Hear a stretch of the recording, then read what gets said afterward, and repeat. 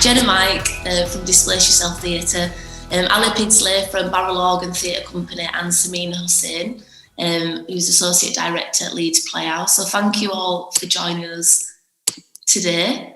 It's quite an informal session. Each company person is going to take it in turns just to share their experiences, their anecdotes, and then we're going to open it up for a proper Q&A session at the end. So if that sounds okay, I'm going to introduce Jen and Mike for you guys to take the Zoom mic. Brilliant, yeah, thank you, Kirsty. Hi everyone, thank you for having us, and good to see you all. My name's Mike. And I'm Jen. And we are Displace Yourself Theatre Company. I was going to say good morning, but it's 5 o'clock here, so good morning and good afternoon. And yeah, we'll try not to make you too jealous as well. It's interesting that we're doing it about research and development, because that's actually what we're doing here in Thailand at the moment. We're researching and developing, different future projects, but we can talk about that in a moment. But just maybe for those that we don't know, I know a few faces here today, but for those who don't know us, we are Displace Yourself Theatre.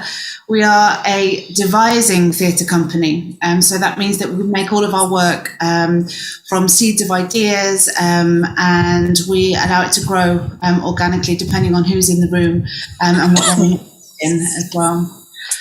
So a really important element of all of our work is collaboration and the people that we work with. And so our Creating Together program is a series of creative sessions, free creative sessions for people to come together, to connect, to learn skills in the arts, to improve kind of self-care and well-being, to meet new people, and to explore themes in a creative space. And these sessions are open for everyone, but particularly relevant for anyone that's experienced some sort of displacement. So that might be displaced from your country, displaced from your family home, or even displaced from your body and your emotions. So actually we work with a whole range of people right the way across society, all coming together in a kind of a like this, super relaxed, informal space, just to be creative and to learn. So because of the mission of the company, because of Displace Yourself, and we try and raise awareness of issues around displacement in our shows and in workshops. But a big part of the way that we make our shows, and as Kirsty said before, everyone makes them in completely different ways, but we wanted to use this time to just share a little bit of the way that we do it.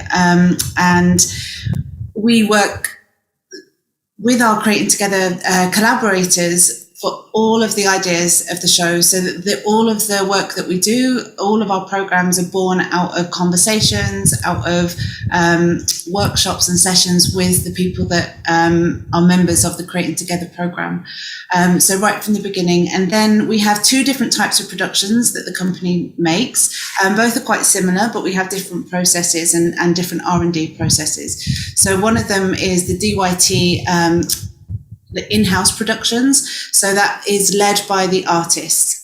So the musicians, the ensemble of theatre makers that we collaborate with on a regular basis, and that's led by the artists. And then we've also got our co-creative productions that are led by the Creating Together collaborators. And both processes involve both artists and Creating Together collaborators, but they both have different emphasis. Okay. So when we are approaching an R&D process, one of the first things that we will consider is the relationships. And as Jen said, we've kind of got these two different processes, and although there's some overlap, it's about who's involved. I know lots of people talk about what, when, where, and why, and who, and all the W's, but actually sometimes that can be really useful. So thinking about that, who is it about?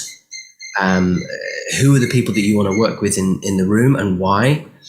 The really important thing is the what. So what are you hoping to get out of any project? So you might not know the what, it might still be quite foggy, but having an idea of what, an initial kind of what, and a really good route to get there is the why. Why do I want to do that particular project? Because if it comes from your heart, if it comes from something that you're passionate about, or the people that are in your group are passionate about, then it's going to we find that it makes a really interesting and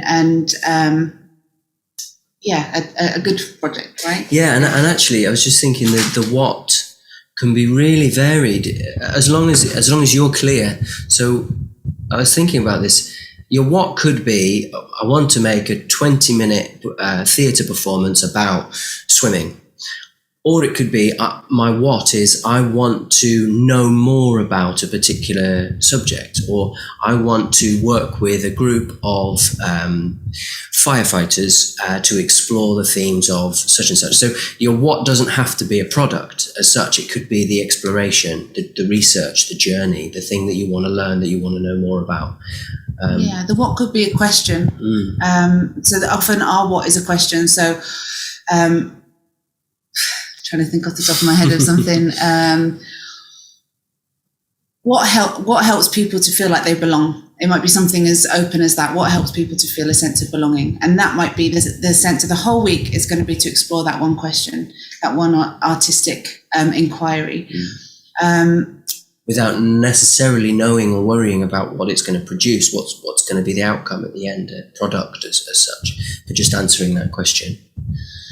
And then when you've got your what and you've got the kind of the why is that important to you? So taking that as an example, I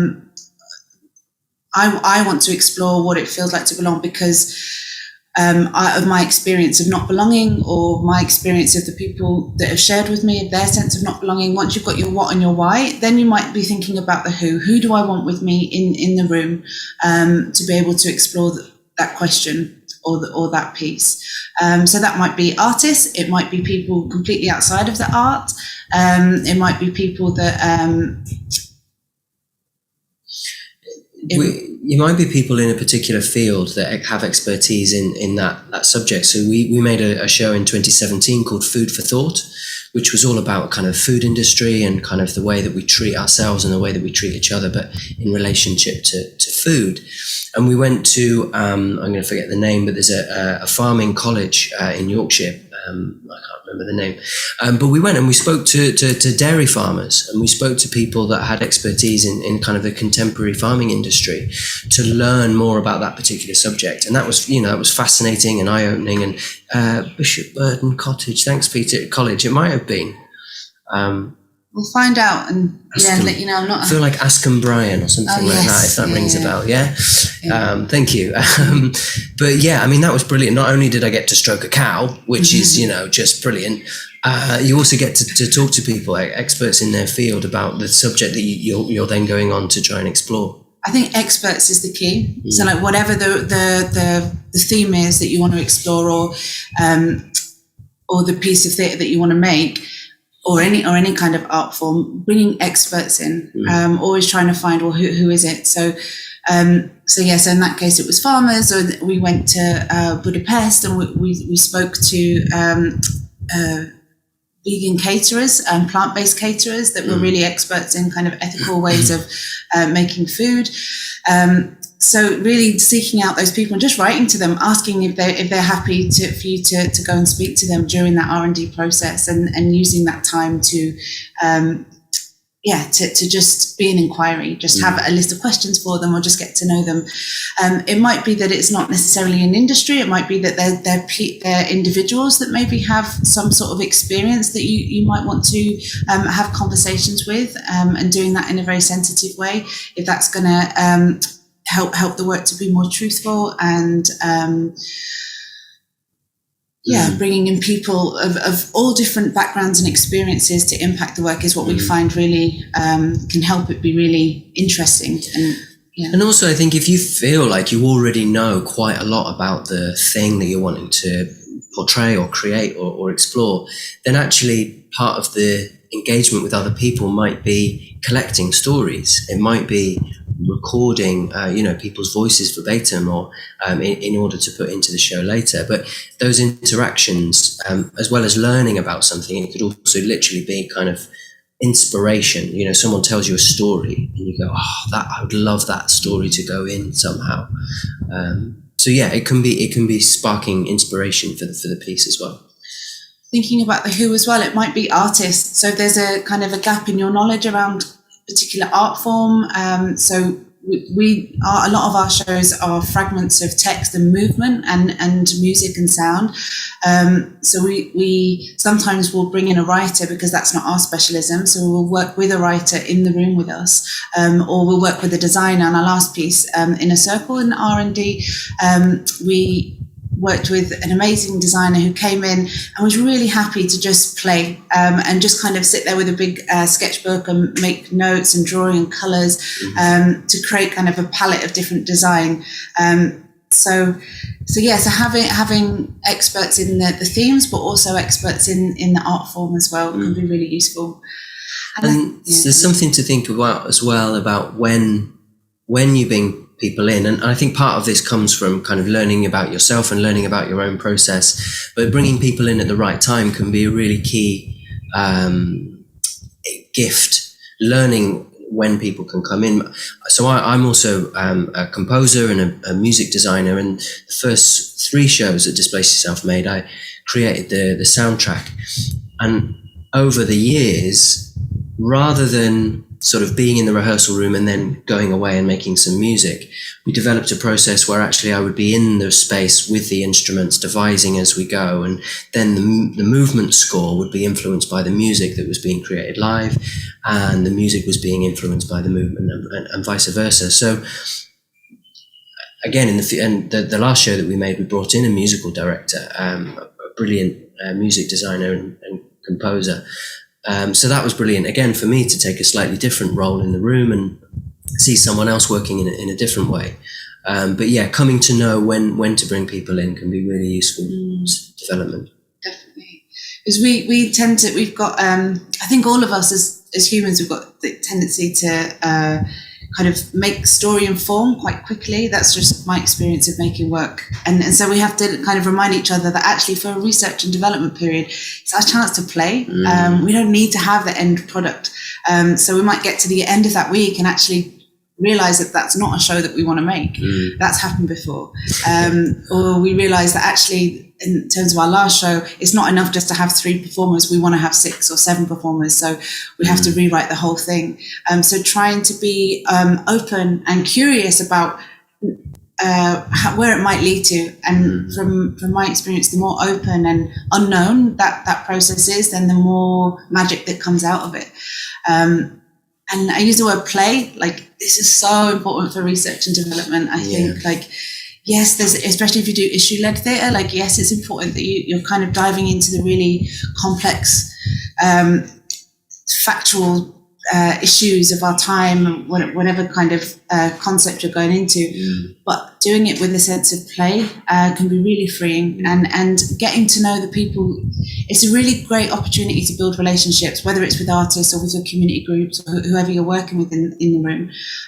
So to create an environment that is playful and that is non-hierarchical through games and through, well, in our case, we do a lot of therapeutic work, trauma-informed work. So kind of creating a space that is safe enough to be able to feel as though it's, everyone can contribute to that and collaborate. Yeah, I think in order to be creative, people need to feel at ease and they need to feel safe. So it's almost as if the work beforehand, the structural stuff and the organisation, getting the right people, doing your timeline, knowing what's going to happen when. Once that's all in place, then you've got the freedom then to really dive in and let go. And some people call it the playground. Just that when you're a kid and you just get to run around and have some fun, like it can feel a lot more like that if that preparation and that organisation is clear beforehand. So in terms, Kirsty mentioned a typical day of what it might look like. So for Displace Yourself, a typical day would always start with relaxation, something therapeutic, some breathing work. Even people that have never done things like that before, just to create that sense that we're all coming, wherever we've been, however we've arrived that day, that we're all in the space together in that moment. And then we'll move on to some play, some exercises, games, and voice work, warming up the voice, warming up the body. A lot of our work is ensemble, so a lot of moving with the performers kind of playing and with the body, with the breath.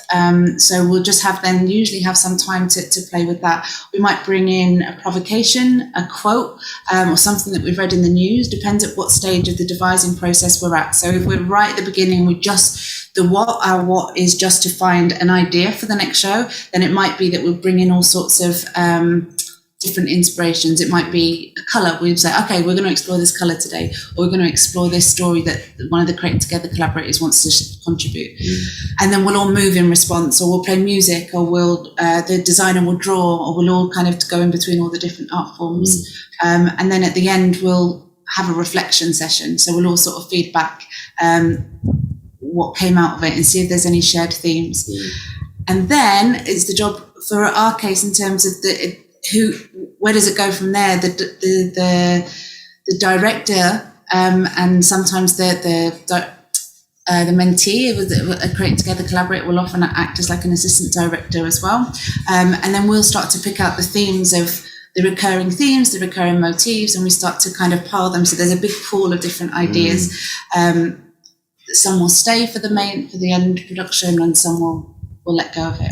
Yeah, we usually have a massive roll of paper at the start of the room every single time, because it's overwhelming sometimes how much stuff is generated and ideas and pictures and images, and just getting it all down is really key, because then later as you're just sort of wandering around the room at lunch, and you can start to see which things link, which things join in, stories and characters might begin to appear. So it can be really useful just as like a paintboard to get all your colours down. It's a lot of fun, isn't it? It's a lot of fun. It's definitely my favourite part of making theatre. And the last thing is that we will always tend to share at the end. So we'll open it up. So it might just be simply like an open discussion where we invite people in to hear about how the week's gone, or to share a snippet of something we've created if it's ready. Or it might be a more formal sort of performance with some lighting. It depends on the why we want to share it, what we're hoping to get out of that. It might be that we want to program the work. If it's a later stage, we'll invite programmers or funders. So yeah, feels like a lot of talking. There's more talking than I've done in a while, right? I hope some of that made sense anyway, but we'll be here for any questions after. Yes, thank you so much, Jen and Mike. I think that is really useful just to get some of those real practical approaches that you use. I've got loads of questions as well, but what we'll try and do is put the questions at the end. And now I'm going to hand over to Ali, if that's all right. Yeah, that's all right. Yes. Thanks, Kirsty, and thanks, Jen and Mike. And yeah, hello everybody. Nice to see you all. Nice to meet you all. So yeah, I'll a bit like Jen and Mike did. I will do a little bit of a kind of introduction to who I am and who Barrel Organ are, and then go into this really like fascinating topic of what is R&D. Because I'm still not sure that I know really what it is. But that's yeah, I'm getting ahead of myself. So yes, Barrel Organ are a Yorkshire-based national touring company. So we work all over the country, but we're based in Yorkshire, and our work is centred in Yorkshire. Our kind of key principles, I suppose, are centred around collaboration, ensemble, and liveness. And all three of those words can mean lots of different things in different contexts. But for us, I suppose they mean collaboration is about the work not being led by any one artist or any one mind. The work being the product of multiple minds and multiple creativities coming together. Ensemble is kind of about our process and the way in which we try to create a sense of togetherness, a sense of family, almost in the way that we make work, and also in the way that we share work. I think we sort of view our audience as part of our ensemble. And then liveness again is sort of connected to that, and is about engaging in the fact that for us, what's special about theatre is that it is happening there and then, and it is you're engaging in the fact that there are other people in the room with you, and so that is important in the work that we make, but it's also important in the way in which we work. So the way in which we run R&Ds, for instance, is about going, we're all here in a space together, exploring this thing. What does that mean? The fact that we're all here together. So yes, they're the kind of key principles, I suppose, of barrel organ. And I wasn't necessarily planning on doing this, but I think it might be just sort of going over in my mind, like, what is R&D? What do I understand R&D to be like? Felt like it would maybe be useful to go back to the beginnings of barrel organ. And the reason for that is because Kirsty said at the very beginning of this, R&D, by the way, means research and development. And for a long time, I had no idea what R&D meant. And I thought it was, whenever I heard people say it, I thought they were saying R-N-D, and that it was like a three letter abbreviation thing. And I had no idea what it meant. And I was trying to sort of figure out what the N could be and whatever. So I suppose so it's maybe useful to think about how we started and what our kind of journey into discovering a making process was. Barrel organ formed out of university. There was a group of us who formed the company, who were at university together. But crucially, I think none of us were. We weren't studying a kind of practical theatre course. We weren't being trained in how to make theatre. We were all there doing other stuff, and we all just found that we had a common interest in making theatre, but we didn't really know what making theatre meant. No one sort of taught us how to do it. We just kind of we just figured it out as we went, I guess. And I think that is a really useful thing to remember when going into any making process, whether that's a research and development process or even going into a rehearsal process. Like, no one really knows what they're doing, you know. People kind of pretend that they know what they're doing, but a lot of the time everyone is going, this is what feels right, this is what I feel like I need to do for this project in order to achieve what I want to achieve, so I think I'll do this.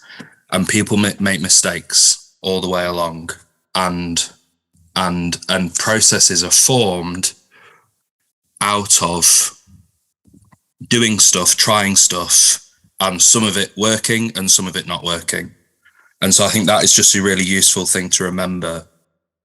That there's not like Kirsty said at the very beginning, there's not a way of doing a research and development process, and there's not a way of making theatre, full stop. When we first started, didn't know what R&D was, didn't know what a theatre making process was. We started making work together through just sort of getting together, getting in a room and going, oh, I think I've got a story I'd like to tell about this, or I have a piece of text that sort of has come out of my head and I can imagine putting in front of an audience. And then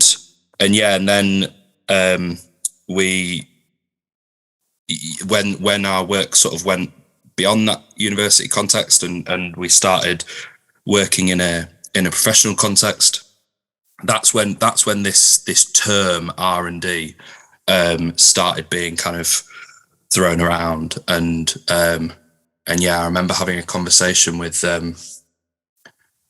Jen was asking me earlier about Camden People's Theatre, which is a brilliant sort of fringe theatre in London, and Brian, who runs CPT, I remember having a conversation with him and him going, all right, so I guess you guys want to come and do some R&D to sort of, we'd been chatting about a show that we wanted to make, an idea. He went, so if we give you some R&D space, would that help? And I remember just sort of going, yeah, cool, definitely. Yeah. And literally not knowing what he meant by R&D, and then doing what Kirsty described earlier of kind of Googling this thing, which, like I say, at first I thought was 3 letters. And I think that what we discovered by going, oh right, okay, so what people mean by R&D, by research and development, is just space to be in a room and sort of kick some ideas around, and that was quite. I remember finding that quite funny, because I was like, oh well, yes, I want to come and do that because that's the thing that I really like doing. But also, does that mean that I've been doing something else somewhere along the line wrong? Because that's all that any process is. I was then sort of going, oh shit, so what does rehearsal mean? If R&D, if research and development is just sort of kicking ideas around and seeing what works, then isn't that rehearsal? Isn't that oh shit, okay. And I suppose that what, like Jen and Mike touched on earlier, research and development is that period where you can really have fun and you can really play and you can explore. I was going to say you can explore without sort of the pressure of having a final product. I'm going to go on to talk a little bit about the idea of having sharings as part of an R&D. So I'll come back to that, I think. But yeah, sort of what I have learned, I guess, in in later years. I'm making myself feel very old talking about all this. Is the difference between R&D and rehearsal is that when you're in rehearsals for something, there is an expectation, whatever sort of a room you run, there is an expectation that someone in that room has a plan and has an idea of what you're wanting to achieve and has the answers, I guess. And actually, for an effective rehearsal process to work, I think someone has to be able to take on that role. Someone has to be able to go, if we're getting stuck on something, this is the answer. I've got the answer. Whereas with R&D, I think it's really valuable to have that space where you can go, I don't have the answers. Particularly if you're the person who's running that room, who's bringing the people together. It can be really, really valuable. And I've started being really strict with myself about this whenever I run any R&D now, where at the beginning of an R&D process, I go, here are the things that I know, and here are all of the things that I don't know. And really, for an R&D, the stuff on that first list, you can kind of forget about. You don't need to worry about the stuff that you think you already know at that stage. What you want to be focusing on is the list of things that you don't know. And because if you can focus on those things and move yourself towards answers on those things, then that will then mean that you can be ready to go into a rehearsal process where you can be that person who, if needs be, can go, okay, I think I've got an answer. I think I know. I think I've got a plan. Yeah. So yeah, I think that is what I have sort of learnt over the years, is to be the difference between R&D and rehearsal. There are so yeah, there's a few things that I want to pick up on from what Jen and Mike said. Like I said, there's a thing about sharing, and there's a thing about who the people that you bring into a process are, and at what point you bring them in. And for me, I think again that comes back to that list of things that you don't know. Because if you know that you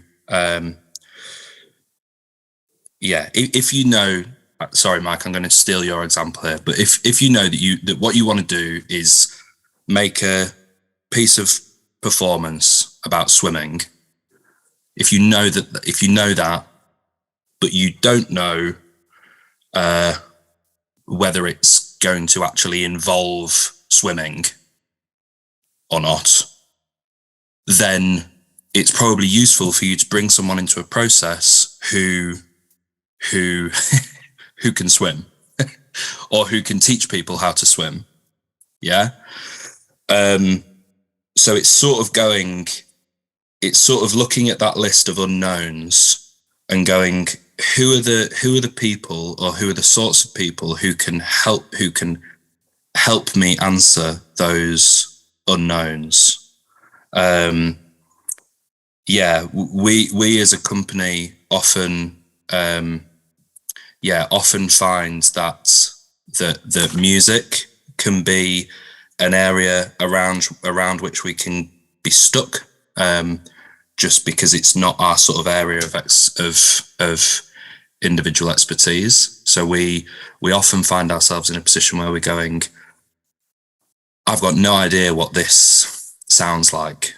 I've got no idea whether we need to have instruments in this thing, or and so often we're going, okay, well we need to bring some people in. I think another, to go back to something that's been touched on before, that sort of list of what, when, why, who, all the W's, the identifying the who you are making the work for can again be really useful for helping you to identify people who you might need to bring into a process. Because if you are wanting to make this show about swimming, and the people that it's for, the audience who you want to reach, are people who can't swim or people who live by the sea, it's sort of pointless doing an R&D with people in completely like landlocked areas, right? You sort of go, okay, well, we need to be bringing people in who either are our target audience or who have a connection to our target audience, because that's how we can start testing the work and kind of and getting the work sort of bounced, the ideas bounced back at us. So yeah, that I think is identifying who your who the work is for can really help can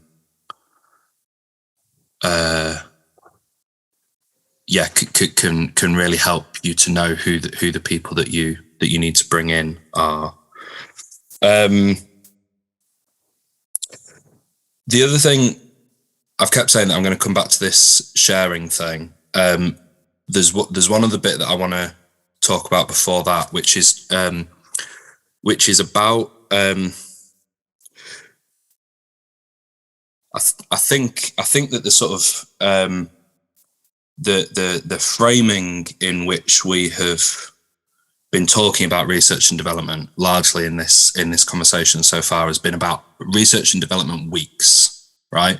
And this again, this is a thing that I remember when we were starting out, people talking about, oh, come and have an R&D week, do an R&D week, and you sort of go, okay, right, so that's coming in for 5 days, for 7 days, for 6 days, okay, whatever. It's a week, okay. An adjustment that I've started making for myself and that we've started applying in barrel organ processes is thinking about research and development periods. So periods of time rather than, and sometimes those periods of time can be quite a long period of time, because there can be a real pressure, we've found anyway, there can be a real pressure that you place on yourself if you go, we're going to have an R&D week, and that means that sort of 5 days or 6 days or 7 days from now, we will know, we'll have worked everything out, we'll have found all the answers, and that can apply a lot of pressure. So thinking about R&D periods and going, how can I? And look, sometimes you don't need a long period of time, but the way that I work, the way that we work as a company generally is working quite sort of long form, quite over quite a long period of time. And so we're putting together the sort of structure of a research and development period at the moment, where we're going, let's have a few days or a week together at the beginning of a process that can be quite intense. Then let's go away from it. Let's not think about it for a couple of weeks. Then let's start doing. This is a project that where we're working with some community dancers, and so we're going, okay, let's then start running some weekly workshops for a period of 6 weeks. Then let's have some time where we stop thinking about it again, and then let's have another intensive period at the end where we come back together and we go, right, okay, what have we learned throughout that whole process? So that actually means that an R&D that we might previously have tried to squeeze into a week or 2 weeks is taking us like 2 to 3 months to do. But it means that we're not applying the same level of pressure to ourselves to having to find answers. And that's just something that works for us and works for the way that we work.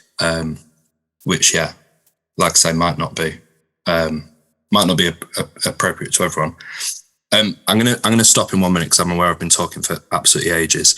But very quickly, linking to that idea of pressure, I just want to sort of throw into the room the idea of not sharing at the end of a research and development period. Again, it's something that we always used to do because it was what sort of, again, in this sort of, no one really knowing what they're doing, but there being a sort of assumed way of doing things sort of was expected. We were sort of going and spending weeks in buildings or whatever, and then on the last day, like a bunch of people from that building would sort of turn up into our room and go, so what have you done then? And you go, oh, shit, okay. we have to have something that we've done, that we've achieved to show you. And something that we've started doing in more recent years is again trying to take that pressure off ourselves and going, you know what, let's not do a sharing. or let's not commit to doing a sharing, because sometimes it's really, really useful to have people to bounce. Well, no, it's always really useful to have people to have people to bounce your ideas off, always. But sometimes you will have brought those people into your process anyway, or through some other means. And it's not always the most useful way to bring people into a process to go, so there's going to be a little formal bit at the end where you sit over there and we sit over here and we go, here's a thing. So yeah, I suppose I would just say, and sometimes it can be tricky because sometimes the people who are funding an R&D or who are providing space or whatever, sometimes they will expect a sharing, and I would just encourage you all to be brave, I guess, and to be bold about going, actually, I'm not sure that that's useful. And I think that if you say that, then generally people will respect that and will respect you for saying that. Don't feel that you have to do something just because it's what's expected of you, I guess. So yeah, sorry. Having worried that I didn't have anything to say, I've now waffled on for ages, so I'll shut up now. Thanks so much, Ali. Thanks for your honesty and sharing there as well. I'm sure we've got some questions for you as well, but I'm going to pass it over to Samina Hussain first. Thanks, Kirsty. Wow. Hi, everyone. It's been so amazing hearing from Mike, Jen and Ali. I'm just going to give everyone an invitation just to take 10 seconds to roll your shoulders, stretch it, wiggle your fingers or something, because I've just been sat like this and just find your cheek bones, just wriggle it out a little bit. There we go. Hi everyone. So my name is Samina. I'm a theatre director based in West Yorkshire. I'm currently associate director at Leeds Playhouse. A little background about me. So I in terms of, I guess, my practice is rooted in, I come from a community and participatory background, but in terms of performance practice, it's rooted in psychophysical training, which means exploring the relationship with body and mind. And by that, I mean is how do we train attention and presence and connection and flow in a kind of visceral practice-based way rather than in a theoretical way, how do we connect as a group of people, and it's rooted in ensemble, but not ensemble work in the sense of ensemble performers, but when I say ensemble work, I mean everybody in the room, everybody who's involved in the project. So that's including the stage manager, that might include the producer, whoever's on this project as a team, how do we work as a team, and what does that connection look like with different people. And I'd say in the last 10 years ago, probably about 10 years ago, I started the inquiry of what it means to be kind, this work, and what kindness looks like in this work. And often, I think the first few years of it, I don't think it was as present or so I probably didn't speak about it in this way because I was just kind of navigating kindness, because I think often when I spoke about kindness, it was met with this impression of it being quite weak and feeble, and I kind of struggled with that. And partly that was, I think, where I was at in my development and finding a language for it. But I feel like for me, rigor and kindness are two of the pillars of my work, and kindness is a real strength, and I find it really a very, out of the many kind of measures that I have within my work, I always check in about kindness is where is the kindness within this work, and that often comes back to, I think, a lot of things that Mike and Ali were saying about that care and the people that you're working with. The reason I mentioned that, because I think for me in R&Ds that's really crucial, actually, because you're in that beginning stage of making your work. I apologize. I'm going to try not to kind of repeat some of the things that both Ali and Mike and Jen have already said. So, but also just to say, there will be things that are in complete agreement with what's been said before, and there might be some things that are polar opposites. And that, I think, goes back to the point of going, there's no one way of doing an R&D. So I guess my experience of doing R&Ds has been quite varied. Like often it's ranged from working on scripts and working with writers to working on device pieces, but also it's been about bringing collaborators into a room. And one of the questions that I always ask of myself before I start it is like, what is my role in that R&D? Like what is my function in that R&D? Because sometimes I'm facilitating somebody else's inquiry. So often when I'm working with writers, it's like, okay, what do they need? Where are they at? What do they want? So in that, rather than me going off on a tangent and going, because I have to like reel myself in, because, you know, as a director, you're like, great, let's go. But it's like being reminded going, what does the writer need in this stage? So that's always and other times it's going, actually, I think the more, I apologize. I've had COVID, and that what's happened with that is my thought and words wander off. So there may be moments where I might just stare and to find them again. Yeah, so it's important to identify what my role is. So often, whether I'm facilitating somebody else's artistic inquiry and asking those questions of them, so I can design an R&D in response to that.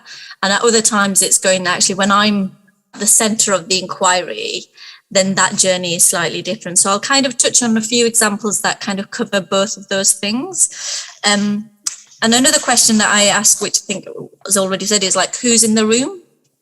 And that room, when I'm not talking about just the physical space, that could be the virtual space, it could be the thread of like an email thread that you're having. It's like who needs to be part of whatever information that needs to be shared or gathered.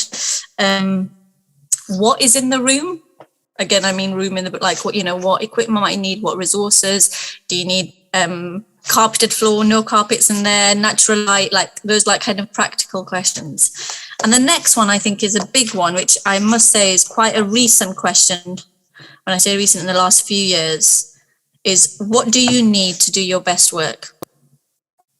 And that's really important. Like, I think often we forget about that. And that could be going, do you know what? I need access to coffee.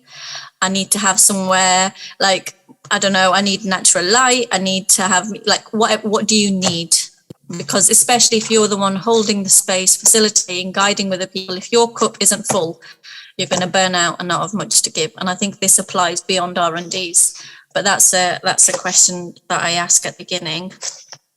So I'm just going to talk about a couple of, am I talking too fast? I feel like I'm talking too fast. I'm all right, we're all good. So I'm going to talk a little bit about a writing R&D that I did. A script R&D.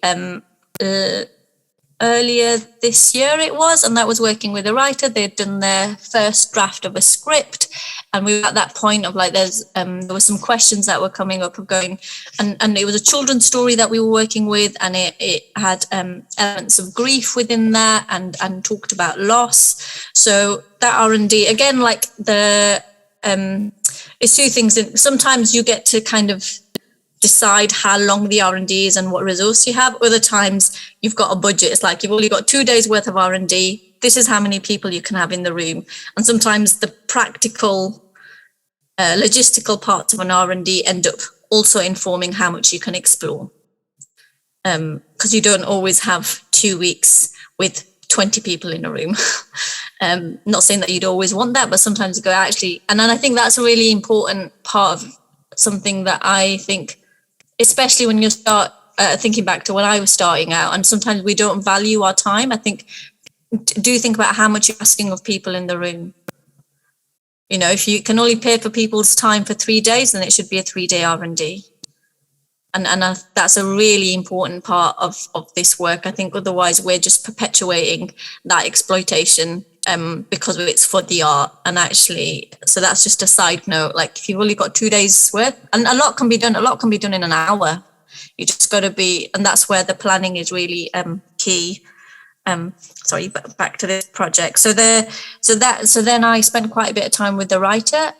So where we'd had gathered the kind of feedback and kind of drama. It was more of a dramaturgical R&D. So it was looking at what the needs of the script were, what questions we wanted to ask, what questions the writer wanted to kind of explore. So once we'd identified them, and what was useful with that, and then we've got a guideline of going, whether we're able to answer those questions or not is a different matter, but we know we've got a starting point. This is what we need to go into the R&D with. And then for me, it was about planning of going actually, and I would be facilitating and holding that space. And then between us, it was going actually, and it varies from writer to writer. Some writers just go, actually, this is one I want to look at, and then I'll be in the room and they're just making notes of it. Other people want to be quite active and present. Some people just want to be a fly in the wall because they're like, actually, I just want, and I think it's setting the, this is where the roles is really key, because really that particular R&D was for the writers, it's for the writer to be able to deliver their next draft.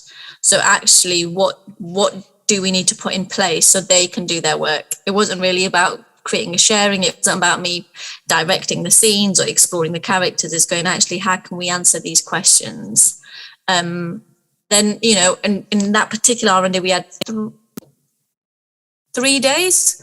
So again, it was identifying, okay, who do we need in the room? And at what points, like sometimes you can deliver the work, but actually you need to witness it or you need to take part in it. So sometimes it's useful to bring somebody else in, even though you might have the skill. Because I know we've touched on bringing people in who may have the skill or specialism you don't. Sometimes you may have the specialism, but you just need to witness the work. So it's useful to have that in. So for this particular R&D, the kind of clowning and play element was really key. So we brought in for half a day, like I brought somebody in who was a specialist in clowning. Again, I could have done some of that as well, but it was more going, actually, I need to, in those moments, I needed to be out of the work of that particular activity. So that was, and again, we decided from get-go there would be no sharing with that, because then a lot of time would be consumed about giving the context of the play or the story. It was more exploring the questions, and what was really interesting, being so precise in what our inquiry was, that some of the questions didn't get answered necessarily, but it meant that they weren't relevant anymore as well. So I think that's where, like, being quite precise helps you utilize your time really well. And just to say, like, I'm a planner, and this is the same for my R&Ds and my rehearsal. I'll make a plan, but I'm ready to abandon it as well. Like, and both especially in a kind of, I don't want to talk too much about rehearsal, but like in an R&D, like having a plan, but also responding to people in the room. And there's that constant negotiation, because sometimes you need to answer those questions, and sometimes actually people are bringing these absolute gems, and you go, oh, actually, and having those check-in points during the R&D, going, do we need to recheck our kind of questions or things that we're exploring, or are we happy to carry on with this? So that's in terms of, and like, it's interesting, I'm going into an R&D next week, and I've just done a similar process this week with the writer on that script of going, what are the questions? What do you need? And I think it's when working on a script, I've found, and this is because I'm not a writer, it's then asking the writer why they're asking those questions as well. Because often those aren't the questions they really want to explore about the script. It's all about what others may think of the script and it's somebody else's voice. So I think it's good to kind of, once you have your questions, then question your questions. Who's asking those? Because often it's like, because this is what theatre needs to look like, and this is what, so I think it's, and it's fine to carry on with those questions, but I think really interrogate where that voice is coming from. Because sometimes it's your own, sometimes it's something that somebody said who knows nothing about you. And I'm going to talk a little bit about a slightly different R&D, which was more about bringing a room of like really incredible, amazing people who are like absolutely specialists in what they do, and they were going to come together and work on a long-term project. So this was more about how do we find a shared language of going, can this team of people work together? And that included musicians, choreographers, actors, writers. So that meant designing a program of work which was going, because everyone in a way had their own kind of performance acting and their own discipline, but it just meant, what's the potential of this room of people coming together, and how do we work together, which is everyone can access, and it's not that just one person. So for example, like the person who was from a kind of music and composing background, if everything was music led, it's not a balanced space. So we kind of co-created different ways of sharing practice and going and bringing in things. So it was very much about building that as an ensemble. Other times it's been about devising a piece, and that's been, and I think as like has been said before, it's kind of really giving yourself an invitation to play and permission to play and explore. And what that looks like practically for different people. Like I'm a very game-centered person. Like I think for me, like games is a big way of building connection and listening, but for different people is finding what works for you. And then it comes back to like, what do you need? Because often, like, I know not everyone loves games, but there are moments where there's certain games where I'm like, it's less about, it's about what I need in that space, to kind of go, whether that's rest, whether that's going, I need to know what's the connection here, rather than spending hours. No one's gonna, so much you can learn from play about each other, as well as much as it's re-energizing qualities. My notes are jumping all over. Also, like how I think in an R&D, like creating an environment, like we've talked a lot about play, talked a lot about like fun. I think and also like, is it research or is it development? Might be a bit of both. It might actually not be either. I don't know I agree with Ali, who came up with these words? I don't know.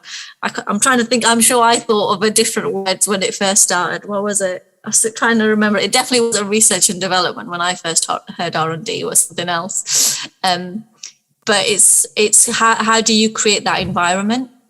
That's really key in that. And I think alleviate yourself from the pressure to deliver somebody else's agenda.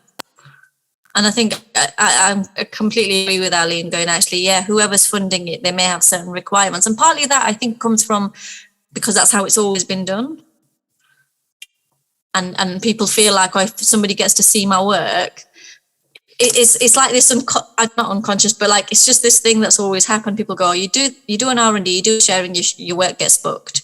And it doesn't really work that way, because also the sharing at the end of an R&D isn't the end product. So actually what they're seeing isn't the thing that you would put on at the end. But you can always go, actually, what would be really useful is there's a half an hour in a lunch break. Can somebody come and, if you want to engage with the organization, there's other ways of inviting them. And I just don't think it's always a good use of time. But again, this varies. It depends on who you're working with. For example, if you're working with non-performers, people who are engaged the first time, a sharing might be the best thing of going, it's kind of like a safe environment, and it kind of helps and enables kind of like how you kind of consolidate the work that's happened. So I think it's just always, again, coming back to why the sharing, who is it for? How is it going to benefit your process? Is it the best use of your time? And another big one, not to sound all like Hallmark-esque, but they're just like, don't be afraid of the unknown, like completely lean into it. And just to say, like, even if you've done years of R&Ds, there's still a bit of that, like, that energy of going, oh, what is this? And that's good. That's really great. Like, because you just go, I'm excited by this because I don't have the answers. In a way, rather, like, I think it's all reframing it, rather than thinking, oh, I don't have the answers. It's like, I don't have the answers. That's amazing. Do you know what I mean? And I think we touched on, like, mistakes. They're an absolute gift. Like, there's so much potential in mistakes and the unknown. There's this book which I read in my first year of uni, and it's one that I keep coming back to, and it's called, it's Stephen Nakmanovich. I'm going to write his name in the chat, and it's called Improvisation, something, Play and Life. considering I've read it since the first year of my uni, I clearly butchered his title. But he talks, there's a chapter in there which is amazing, and he talks about gift and mistakes and the power of mistakes. So I don't know if there's, I'd strongly recommend that. Like it's been over a decade and a half, and it's a book that I often come back to remind myself on that. Also, like, I know we've talked about who's in the room. This will also like dictate some of the R&D. For example, if I'm working with new people and you don't have the same like, or people who are new to each other. So, and you don't have the luxury of the time that you do as a rehearsal process, but it's still important to allow some time for that group to bond and connect, and just rather than jumping straight in. Like, I think another quote, I think it's Einstein who said it, like, I think half an hour of play or something, like you can learn more about each other through play than hours of conversation. So I think it's just allowing that time within your R&D. And then on the side of that, if you're working with people who know each other really well, in my experience, often you have to be the kind of go, okay, here's your time to do your social check-in, how your life's happening, and then now we need to crack on. So I think that's where your role tends to vary, because as much as there's loads of benefits of working with people who know each other's dynamic, what can sometimes happen is you just digress because you've got that previous history. And so having a way to structure and begin your day, so everyone knows, you know, like Jenna might say, they start with breath or something quite meditative. It might be getting in a circle, having a check-in. It might be a cuppa, but find what it. Thank you, Karen. Yes, that's the one. Free play. So find what that is for the group of people that you've got in the room, and that could be like. I'm trying to think, like sometimes it's varied, especially when you've brought people in from different practices or backgrounds, so they need an opportunity to kind of, you know, like I've worked with people who work in like orbital rhythms, and somebody else will have no idea what that is. So it's saying, actually, this is what I mean by that. Or people who are completely new to writing, so the person who might do some writing exercise, or you might begin with something that's completely neutral. So just, I think it comes back to what you need and about care, and how you can also like create that environment that everyone can do their best in that. And then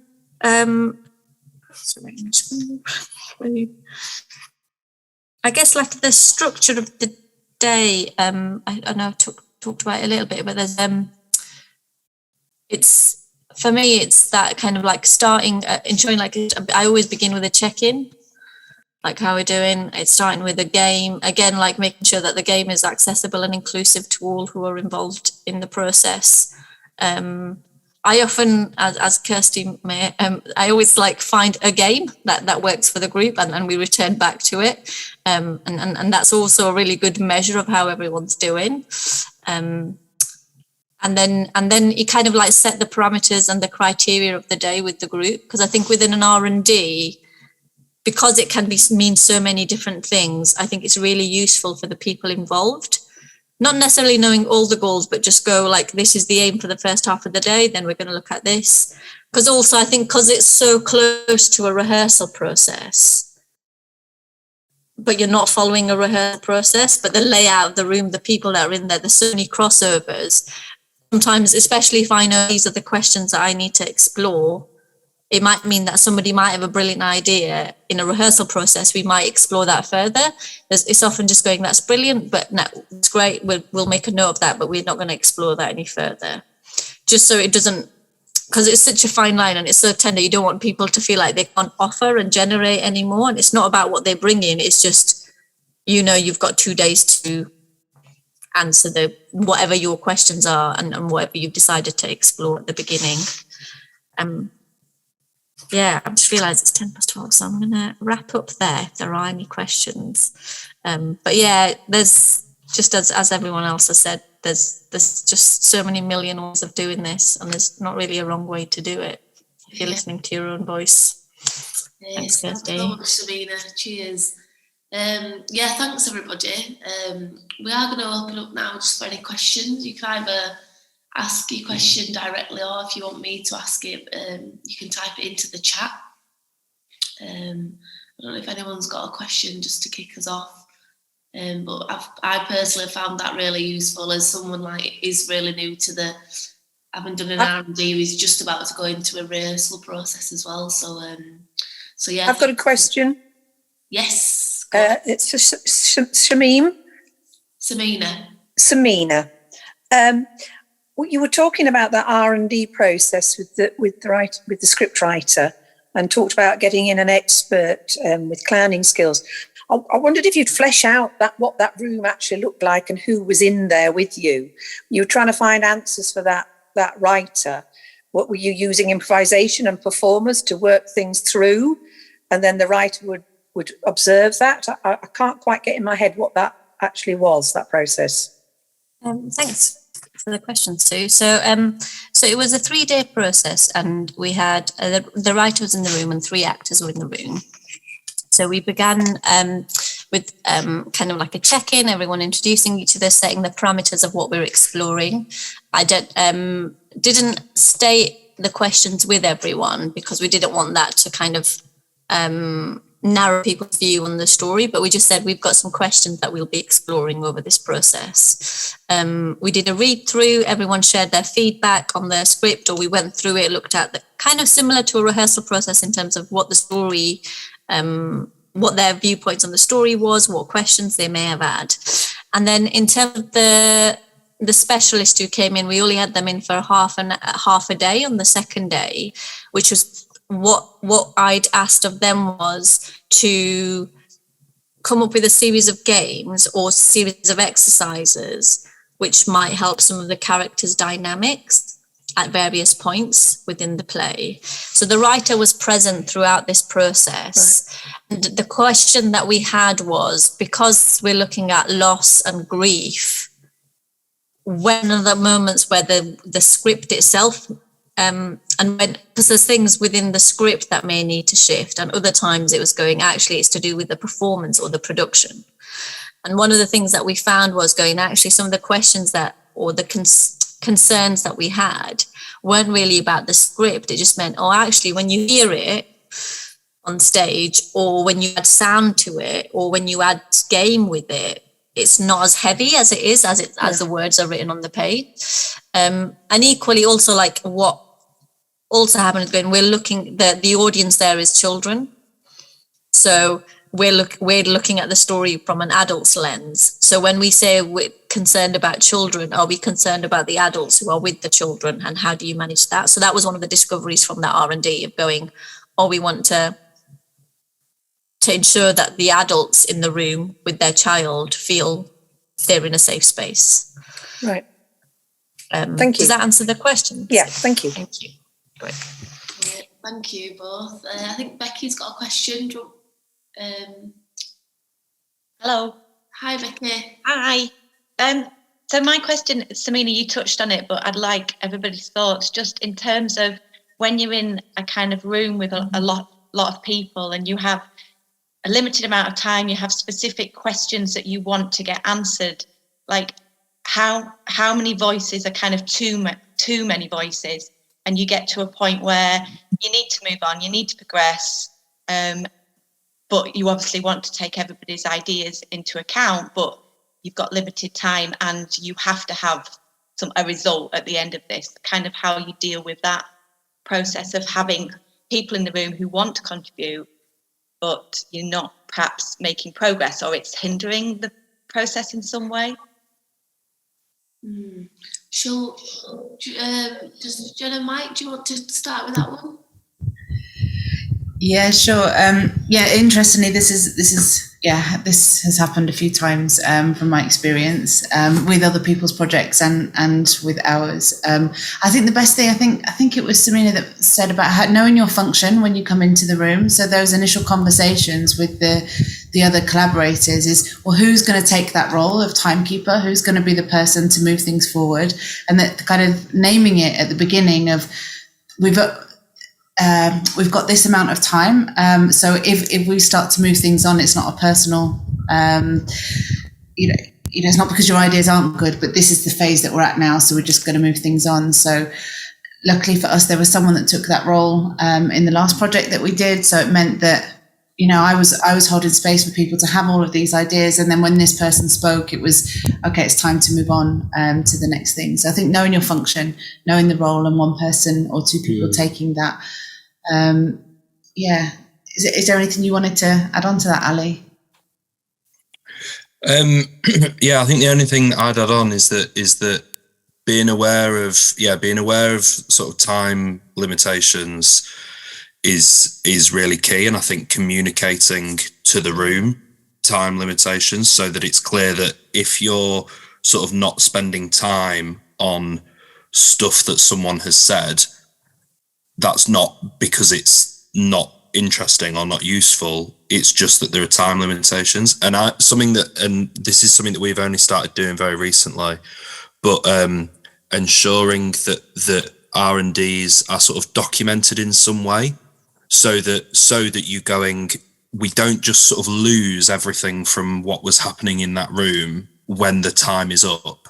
We have a way, so that might be going, okay, so we're now going to have a sort of 10-minute discussion about what we've found today or whatever. I'm going to stick a voice recorder on in the middle, just so that we have that, or having someone in the room who is taking notes, or, whatever it is, so that that it's being captured, and that it's not kind of like, oh shit, what's that thing that Becky said before they then left.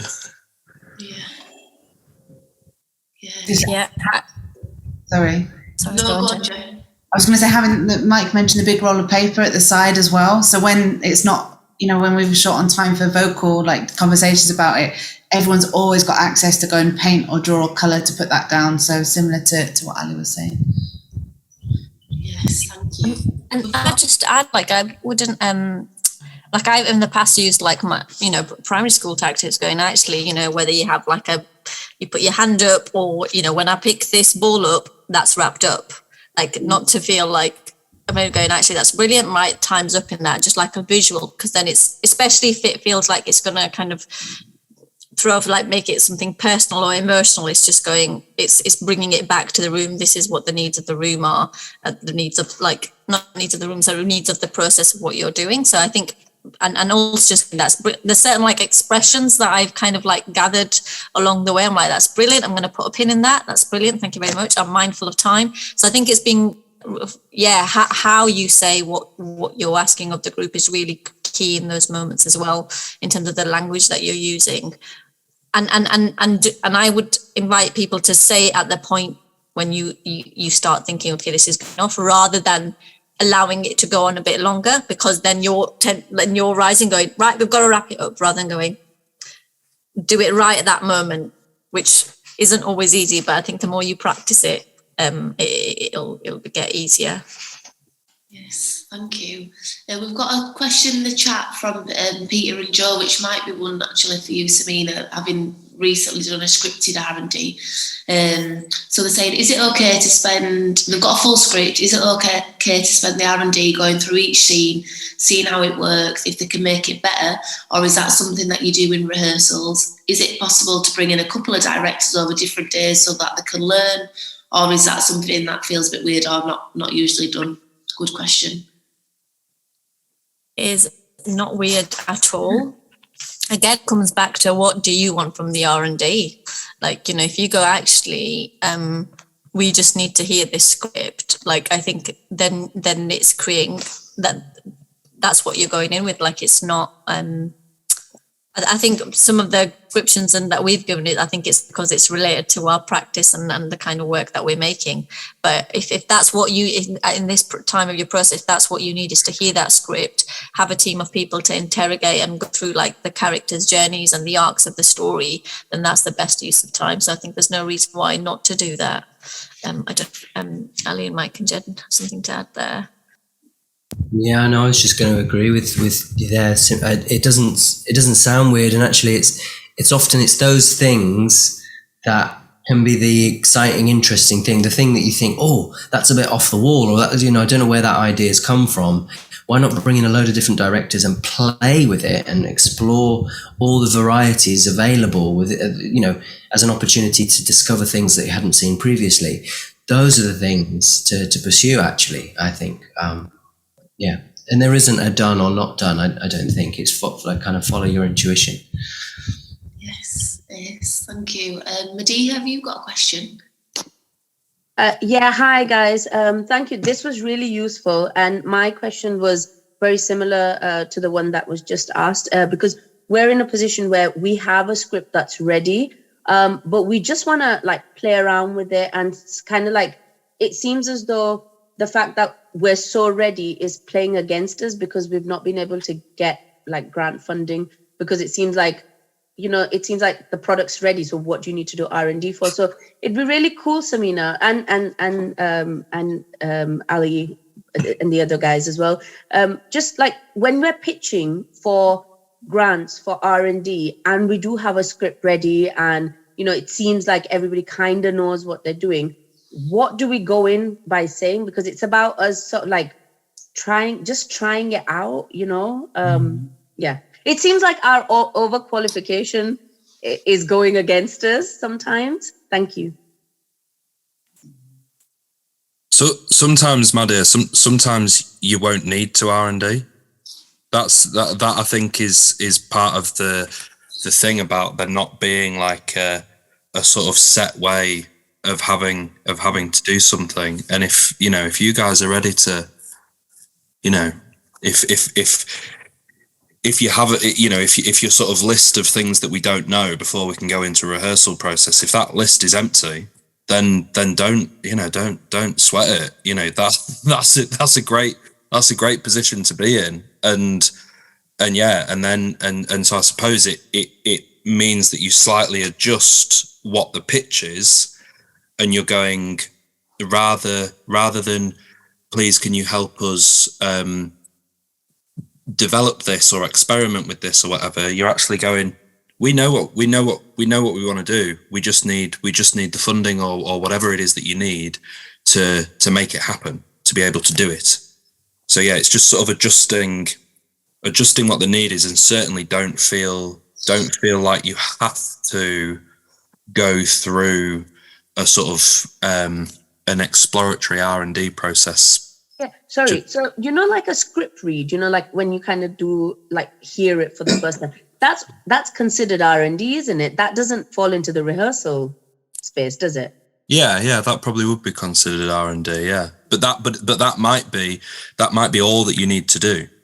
It might be that actually you go, yeah, all that we need to do, we don't even need a day. We just need, how long's it take to read the script? It's, it's a 90-minute script. Okay, we need 90 minutes. We just need to hear it. Yeah. Cool.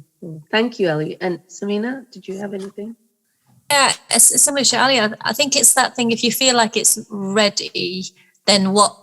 And I think partly, sometimes I think and I don't know how everybody else feels about it, sometimes I think the kind of downside to R&D's bracket is the fact that everyone will R&D an idea and I think that's partly to do with maybe confidence, also partly to do with the system that we're in and what work ends up being fast-tracked and what other stuff doesn't.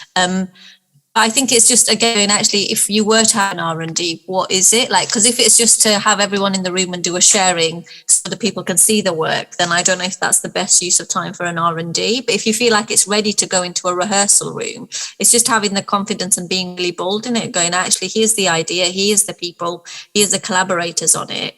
And it's ready to be with an audience.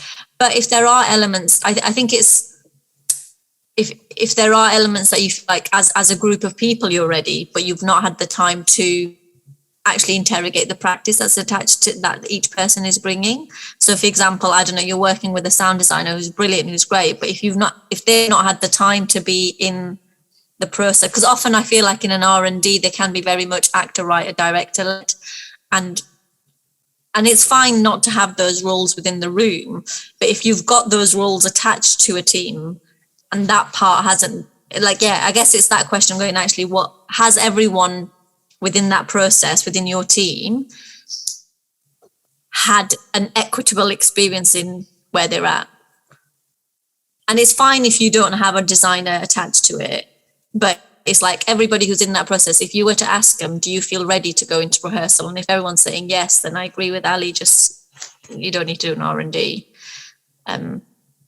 Yeah. Great, thank you. Has anyone else got any questions in relation to their own R&D or their own ideas that they're developing?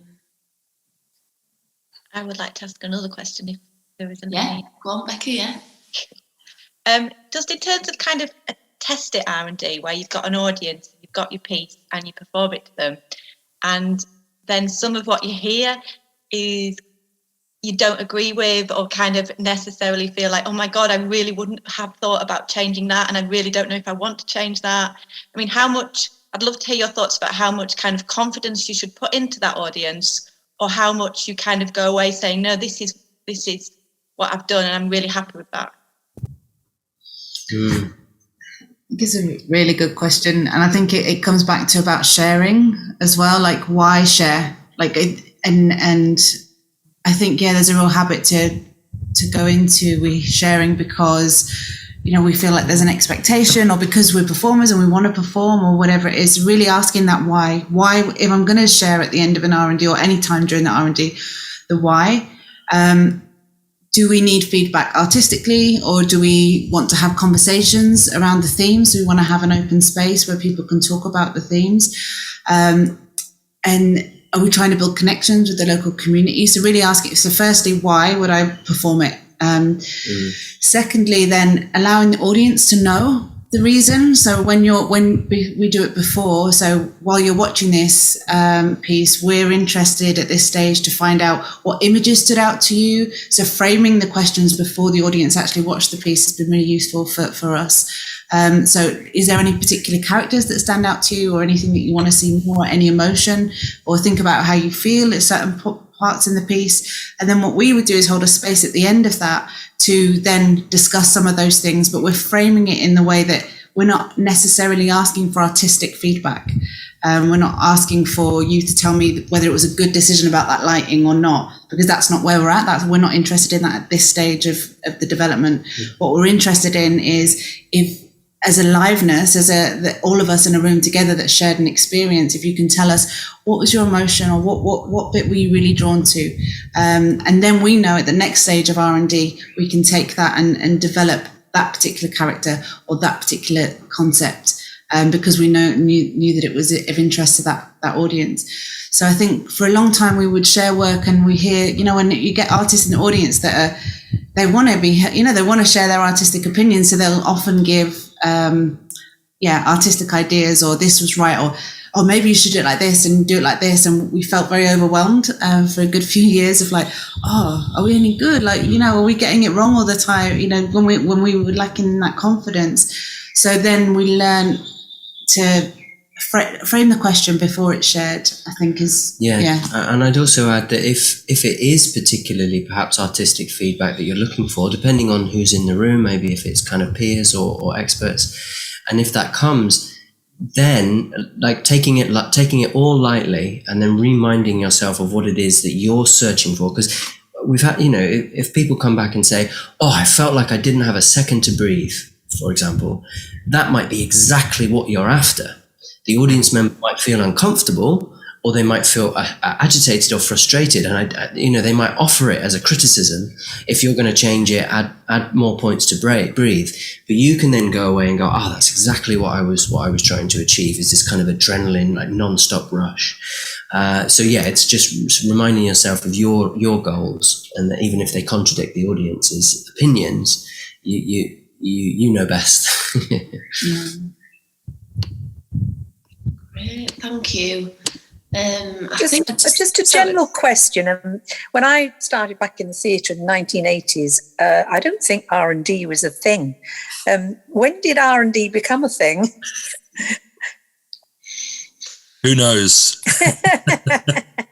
It just bubbled up in somebody's garden one day, and it spread like Himalayan balsam. Yeah. Yeah. And I mean, look, I think we've all, I think it's been touched on many times in this room today that it like a space to explore, a space to experiment and to play is really, really valuable to loads of processes. Whether that is called R&D or whether that is called workshop or whether, who cares what it's called? But that space to explore and to play is valuable, I think. Yes. I'd say I've got things to unlearn because I think training and being in theatre in the 80s and 90s, I'm very, very product driven.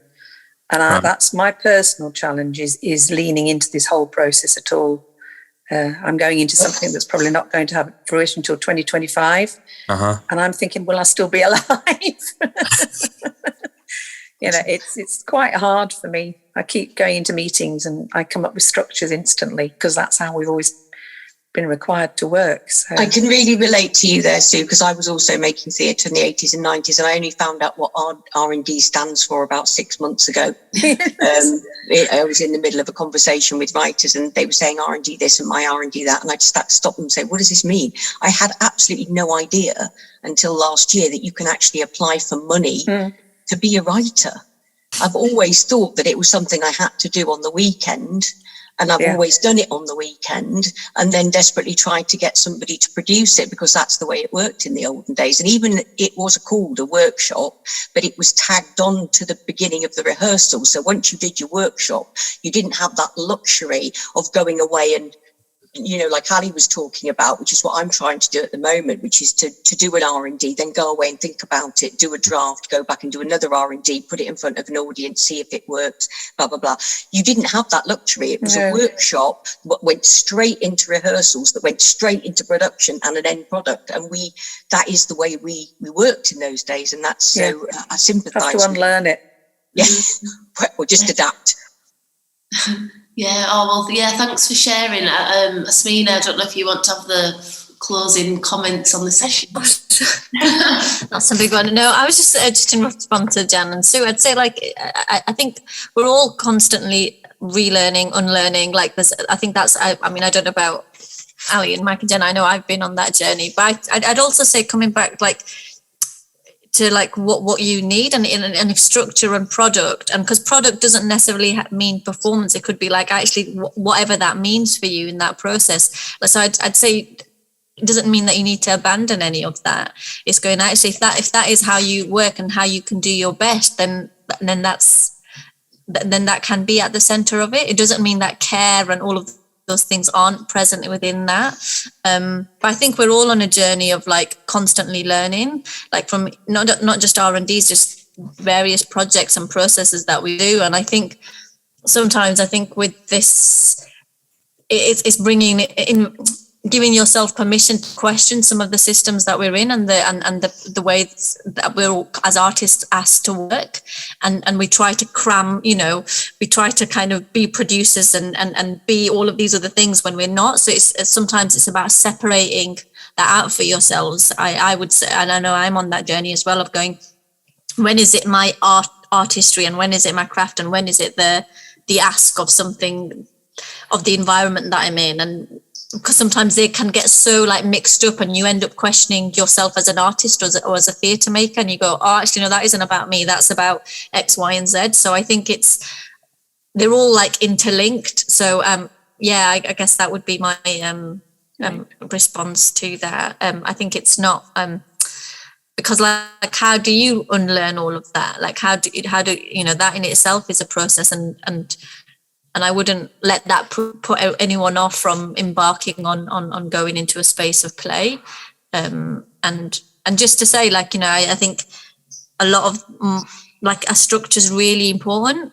It's really, really key. I think we can't have one without the other. We need we need chaos, but we also need the calm. I think they're all two sides of each coin, really. I feel sometimes I think it's not just do anything. It look just no one knows what's going on, but I think it's or everyone's really bound, but it's going, actually, that's just optics, right? That's just when we're looking at it. But going, actually, I think it's just really important to come back to the questions of what do you need, and where are you at in your process, and what's needed now. And I think just to be really bold and brave, and not really like separate some of the thoughts that come in, going, actually, are they yours, or is it something that someone said on some tweet or something? Do you know what I mean? Because no one's got it. They really haven't. Even I'd say even we don't have it. Do you know what I mean? There's days where it's like, what the hell? Like, so yeah, it's all, I don't know. I just feel like it's, sometimes I think this industry, like, and social media and the way things are presented, it's like, oh, this is what it is to be made, that you've made it and you know it. And it's frankly not true.